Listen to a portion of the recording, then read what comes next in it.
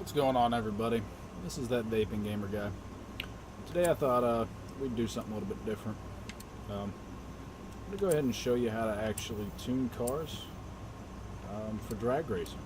Rear wheel drive, front engine, V8s. So yeah, we'll go ahead and go over here and we'll go pick a car and do this. I figured we'd just go ahead and pick something random, and this is what I decided on.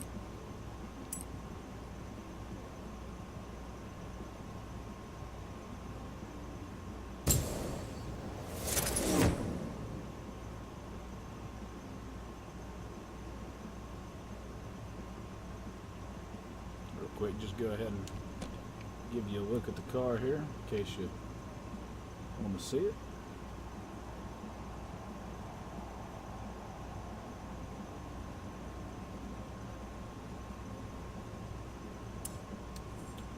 So we're going to start with upgrades. I'm going to go through this process and walk you through one thing at a time. First, most of the time, depending on the car, you're going to go over here and you're going to go to the 6.2 liter V8. Then the second thing you want to do is you want to go over to the aspiration. Generally, you want to either pick the twin turbos or the positive displacement supercharger. It really depends on the car, and this is the easiest way to tell. If a car is under a front of around 52%, usually you can get away with turbochargers. The turbochargers are going to have a little bit more of a torque spike in the bandwidth. Or bandwidth. I'm stupid. Torque band. Torque band, wow.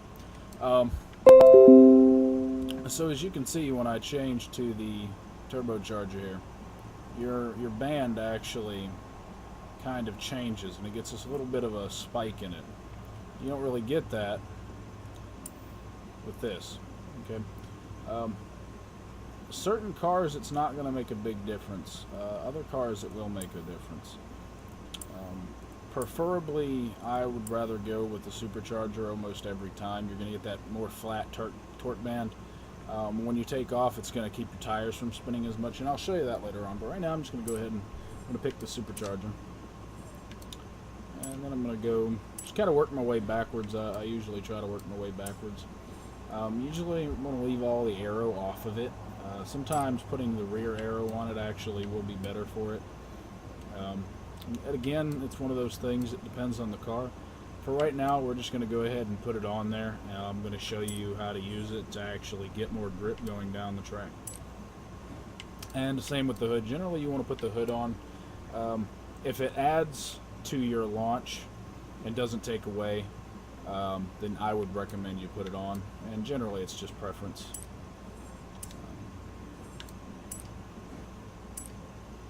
Then tires, and this is a big one. Always go with race tire compound, but never Horizon race tire compound. Horizon race tire compound will actually slow you down. It's been proven that it is actually a slower tire compound than just regular race. You want to go ahead and just leave the front tire stock and upgrade the rear tire width all the way. You don't want to change your rim size at all. You want to kind of leave it alone. And the other thing you want to do is you want to go to rims.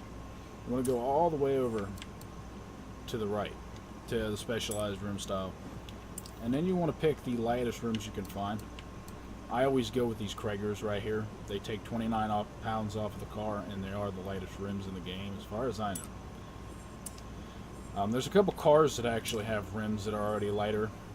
I'm thinking a couple of the Ferraris, Ford GT, I think, is one of them.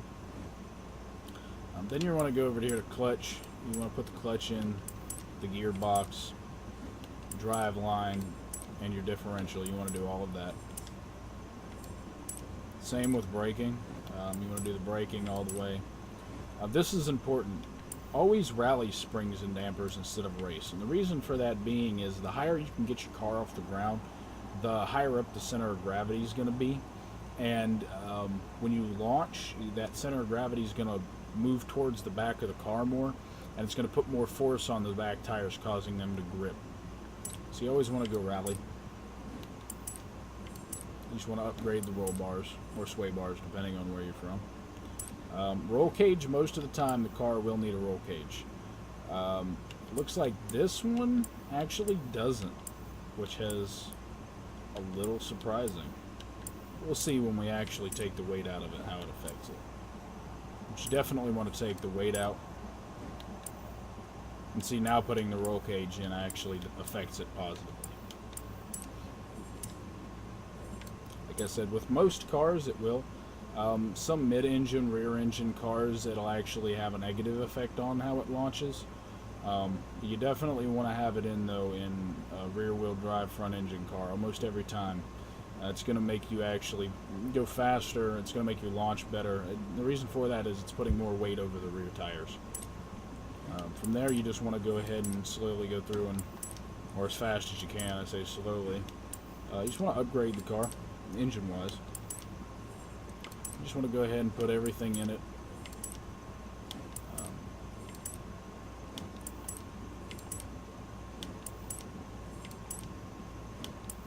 Okay, that is until you get to right here. Intercooler, you don't want to do. Although it gives you more horsepower, it takes and adds weight to the front of the car that you don't actually need. And it will slow you down. So you don't want to put the oil cooler, the intercooler, or the flywheel. As I'll show you. If you watch the 0 to 60 and 0 to 100 times, if I put the flywheel in it, it actually takes them down. Or makes them go up. And that's something you don't want, so you just want to go ahead and leave that stock. And if you look here, let me just click on something. This car has a launch that is 8.8 and an acceleration of 9.1, which is not bad. This car actually has higher stats than a lot of the cars that I drive. I haven't actually made this one yet, so we're going to go ahead and we're going to tune it up and buy those parts. Install.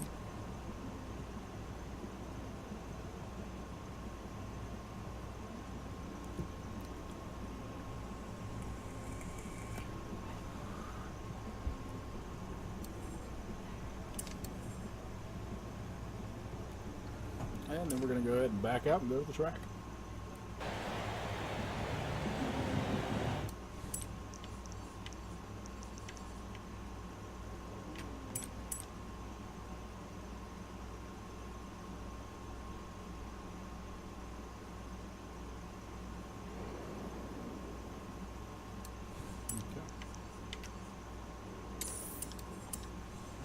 I always like to start off right about here.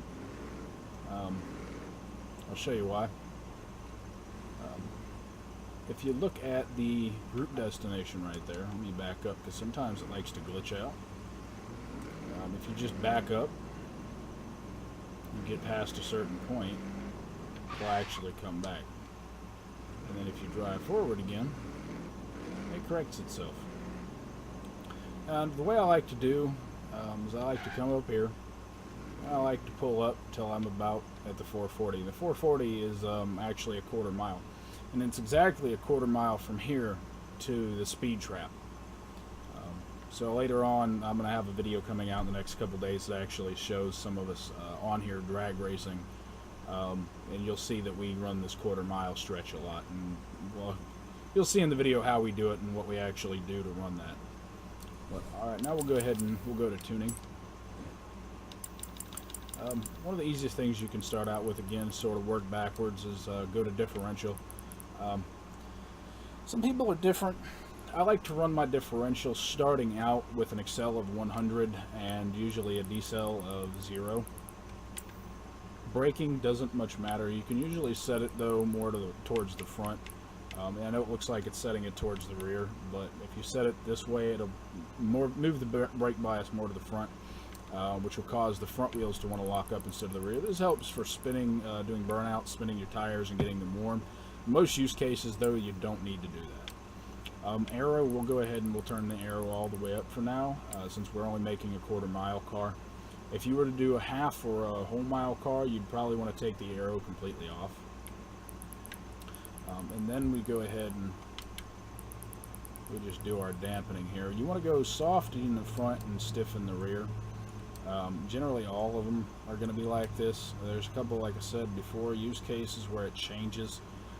Some cars you actually need to stiffen the front bump stiffness, so that way when the car comes back down, it's harder for the car to actually lay back down in the front, so it doesn't have as much effect on your center of gravity.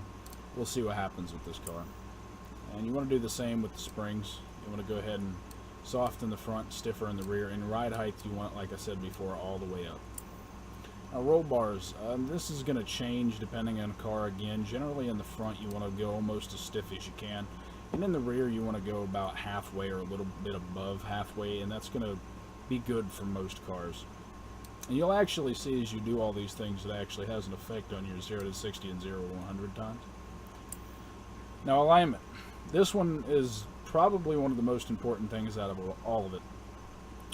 Generally I'll start out with taking the front and moving it all the way up to 5.0. And what this is going to do is it's going to cause the front tires to actually have less tread on the ground, which is going to cause less resistance as you go down the track, which will actually make you faster, but only slightly. It doesn't have as much of an impact as you'd think it would, but it does have enough of an impact that some use cases it'll actually make you faster than the other person that you're going up against. For rear camber, this is something that actually has to be kind of changed later on. For right now, and generally in most cases, it's going to be 0.0. You don't normally have to change that at all, but occasionally, if you notice your tires are not gripping as good as they need to be, you can go up or down a little bit and see how it affects the car. Until you generally want to just leave the way it is. We'll go ahead and go to tires. Generally, rear, it's going to be as low as it can go. Again, very few use cases have I had to have it above 15, and it's usually like 0.5. Front's going to be all the way up. Again, the less you can keep the tire on the front on the pavement, the better off you are. Gearing. Now, I always start by turning my final drive as low as I can go, and then I go to my last gear. Generally in the quarter mile, your car is going to get up to around 150 to 160 miles per hour. 155, which as you can see on the screen is what I just happened to guess at. 155 is probably a good start for your final gear. Most cars are going to be between 3 and 4 gears.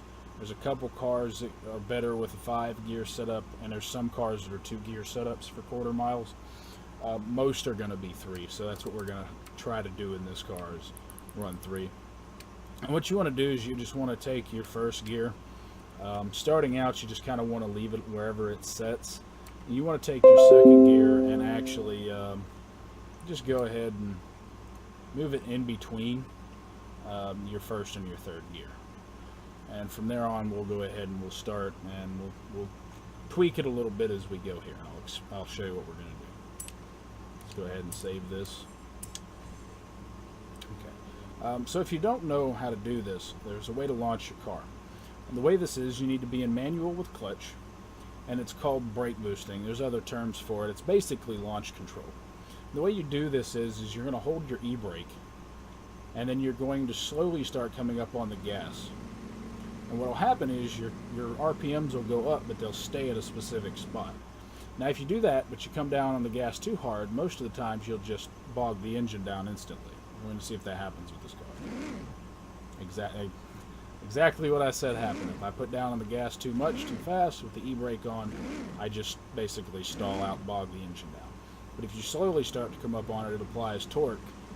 The clutch engages automatically, and you get what's happening now. Now, in order to test the car on how it's launching, all you're going to do is once you're all the way down on the throttle holding this e-brake and maxed out at the lowest RPM that it'll go, you want to go ahead and just let off the e-brake, and you're going to get a launch. We're going to go ahead and do that right now. We're going to see what happens.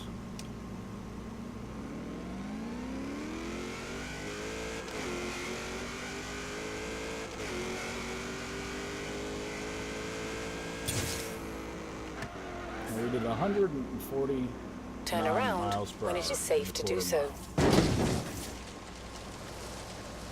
What we're going to go Recalculating ahead and do route. is we're going to go ahead and spawn back to the beginning. We're going to get set back up, and now we're going to change the first gear just a little bit and see if we can't get off the line a little bit faster. And I'm going to show you how to do that.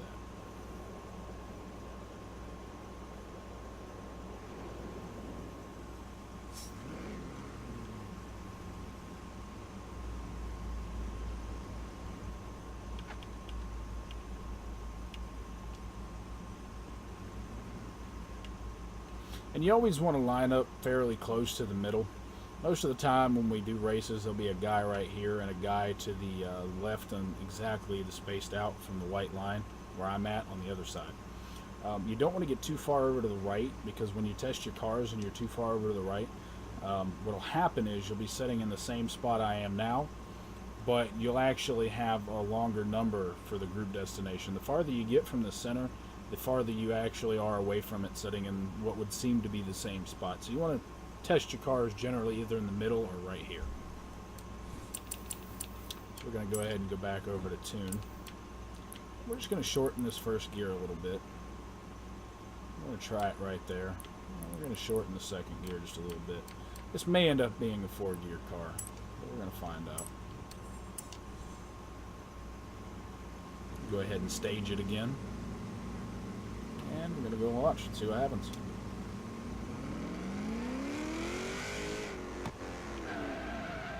And see, we still didn't get any spin. So what we're going to do here is we're going to go back. I'm going to go to tune. We're just going to keep lowering this gear until we start to see there's a little bit of spin on launch.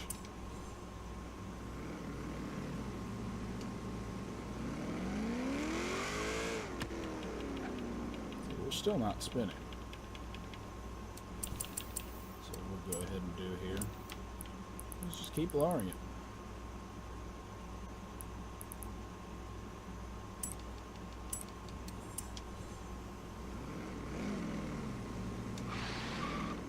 Right there, we started to get spin.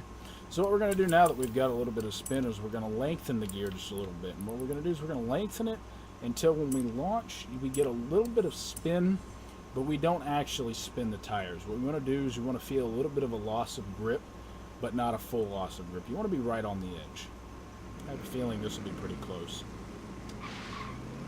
Yep. And right there is exactly what you want when you launch. So now what we need to do is go ahead and turn around here, go back to the beginning, and we'll line back up.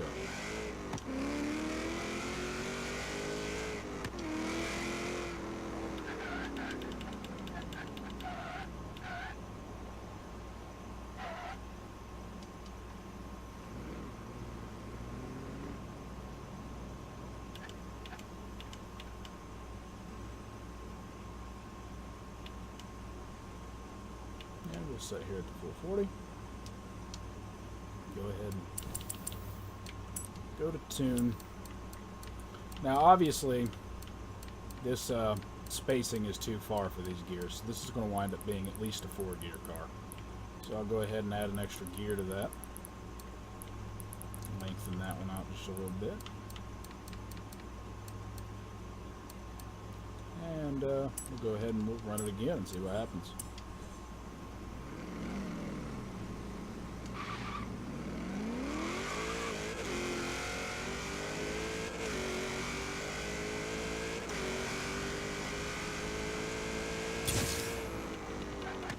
Again, 149. Turn around when it is safe to do so. So what we'll do now, since we know about what we're running in the quarter mile, we'll go ahead and we'll go down here. And our top speed is 155. What we'll do is we'll just start lowering the gear. It's at 150. We might be able to raise it up just a little bit. 151 probably going to be the sweet spot. And once I've got that done, I'm just going to go ahead and add some extra gears here just for a little bit of extra top speed if I decided to drive it all the way down the track.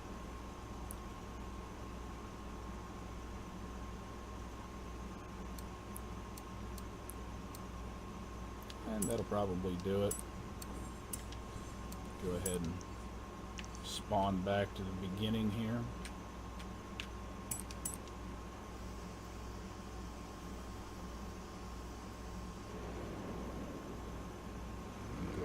our car back up and we'll give it one more good run and see what happens.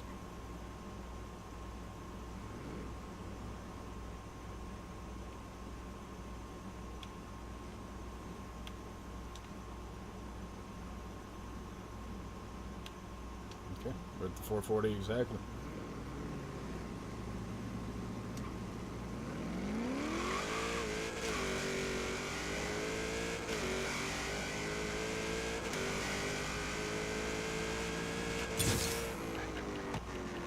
And that time it seems like we probably ran it a little Turn around. faster.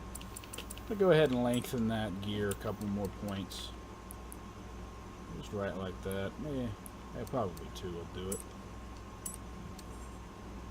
Okay. And there you go. There you have it. Recalculating route. That is a rear-wheel drive, front engine, V8 muscle car that is tuned to do quarter miles. Now, you can do this tune on about anything. It doesn't have to be a muscle car, and it doesn't actually have to be a V8. It's pretty much going to stand for all rear-wheel drive cars, regardless of engine placement. They're all going to tune around the same. Like I said before, roll cage might be different, and little minuscule things in the tune might be different, but for the most part, all tunes, regardless of car or engine displacement, are going to tune exactly like that for rear-wheel drive and drag racing. So that's it. You all have a great day. You can like and subscribe and comment. If you have any questions, feel free to ask.